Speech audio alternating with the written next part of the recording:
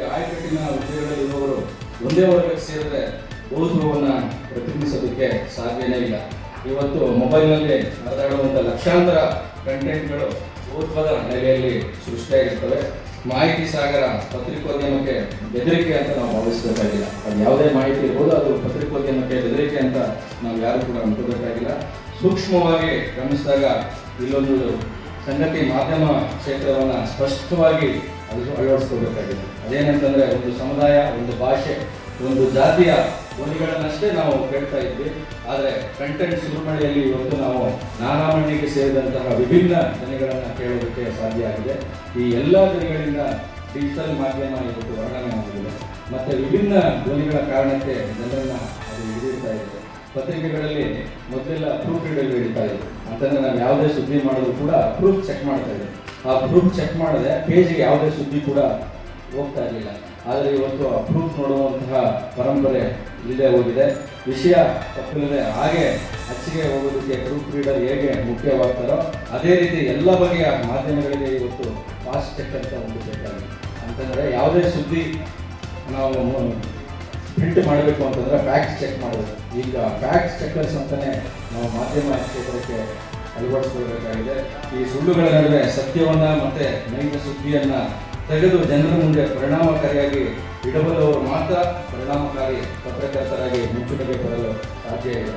ಇವತ್ತು ಕಂಟೆಂಟ್ಗಳು ಈಗ ಮೊಬೈಲ್ ಇದ್ದು ವಿಡಿಯೋ ಮಾಡಲು ಯಾರ್ಯಾರು ಬರುತ್ತೆ ವಿಡಿಯೋ ಮಾಡೋದಕ್ಕೆ ಅವರೆಲ್ಲರೂ ಕೂಡ ಇವತ್ತು ಕಂಟೆಂಟ್ ಕ್ರಿಯೇಟರ್ಸ್ ಅಂತ ಆಗಿದ್ದಾರೆ. ಈ ಕಂಟೆಂಟ್ನಲ್ಲಿ ಪತ್ರಿಕೋದ್ಯಮ ಒಂದು ಭಾಗ ಆಗ್ತಾ ಇದೆ. ಪತ್ರಿಕೋದ್ಯಮ ಹೊಸ ದಿಕ್ಕಿಗೆ ಹೊರಡ್ತಾ ಇರೋದು ಈ ಸಂಕೇತ. ಸಾವಿರ ಸುಳ್ಳುಗಳು ಒಂದೇ ಸತಿ ಹರಿದು ಬರುವಂಥ ಸಂದರ್ಭದಲ್ಲಿ ಸತ್ಯ ತಾನಾಗ್ತಾನೆ ತೇಲ್ಕೊಂಡು ಹೋಗ್ತಾ ಇರುತ್ತೆ. ಇದು ಸಹಜ ಕೂಡ. ಆದರೆ ಸತ್ಯ ಯಾವತ್ತೂ ಕೂಡ ಕೊಳ್ಳಲ್ಲ. ಹಾಗೆ ತೇಲ್ತಾನೆ ತನ್ನನ್ನು ತಾನ ರಕ್ಷಿಸಿಕೊಳ್ಳುವಂಥ ಶಕ್ತಿ ಆ ಸತ್ಯಕ್ಕೆ ಇದೆ ಅನ್ನೋದು ನನ್ನ ಅನಿಸಿಕೆ. ಈ ಸಾವಿರ ಸುಳ್ಳಿನ ಕಂಟೆಂಟ್ಗಳ ನಡುವೆ ಸತ್ಯ ಹೇಳುವ ಕಂಟೆಂಟ್ಗಳಿಗೆ ಆರಂಭದಲ್ಲಿ ಸ್ವಲ್ಪ ಹಿನ್ನಡೆ ಆಗ್ಬೋದು, ಆದರೂ ಕೂಡ ಸತ್ಯವೇ ಗೆಲ್ತದೆ. ಆ ಭರವಸೆಯಲ್ಲಿ ಪತ್ರಕರ್ತರು ಸತ್ಯವನ್ನು ಹುಡುಕಬೇಕು ಅಂತ ನಾನು ಈ ಸಂದರ್ಭದಲ್ಲಿ ಮನವಿಯನ್ನು ಮಾಡಿಕೊಳ್ತೇನೆ. ಈ ಸತ್ಯವನ್ನು ಹುಡುಕುವ ಕಣ್ಣುಗಳು ನಿಂದಾಗಬೇಕು. ಆ ನೋಟ ಮತ್ತು ಗ್ರಹಿಕೆಯನ್ನು ಕೊಡುವ ಮೂಲಕ ಸಾಮಾಜಿಕ ಪ್ರಜ್ಞೆ ಮತ್ತು ನೈತಿಕ ಪ್ರಜ್ಞೆಗಳ ಪತ್ರಕರ್ತರು ರೂಪುಗೊಳ್ಳೋದಕ್ಕೆ ಈ ಕಾರ್ಯಾಗಾರ ಕೂಡ ನೆರವಾಗಬೇಕು ಅಂತ ನಾನು ಈ ಸಂದರ್ಭದಲ್ಲಿ ಆಶಿಸ್ತೇನೆ.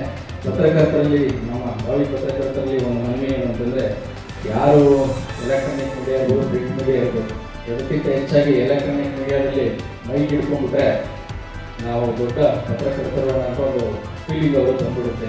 ಮೈಕ್ ಹಿಡ್ಕೊಂಡು ಏನು ಪ್ರಶ್ನೆ ಕೇಳಿದ್ದಾರೆ, CM ಹತ್ರ ಹೋಗೋದು, ಅವ್ರು ಹಿಂಗೆ ಹೇಳಿದ್ದಾರೆ ನೀವೇನು ಹೇಳ್ತೀರಾ, ಮತ್ತು ಇವ್ರು ಹೇಳಿದ್ರೆ ಮತ್ತು ಅವ್ರ ಹತ್ರ ಹೋಗೋದು, ರೀತಿ ಹೇಳಿದ್ದಾರೆ ನೀವೇನು ಹೇಳ್ತೀರಾ. ಅಂದರೆ ಒಂಥರ ಜರ್ನಲಿಸಮ್ ಅನ್ನೋದು ಸ್ಟೇಟ್ಮೆಂಟ್ ಓರಿಯೆಂಟೆಡ್ ಜರ್ನಲಿಸಮ್ ಥರ ಆಗ್ತೀವಿ.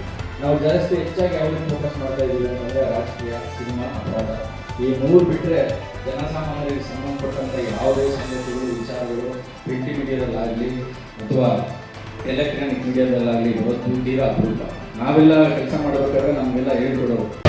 ಮತ್ತಷ್ಟು ಸುದ್ದಿಗಳಿಗಾಗಿ ನೋಡ್ತಾ ಇರಿ ಪಬ್ಲಿಕ್ ನ್ಯೂಸ್ 24x7. ಇದು ಸತ್ಯದ ಧ್ವನಿ.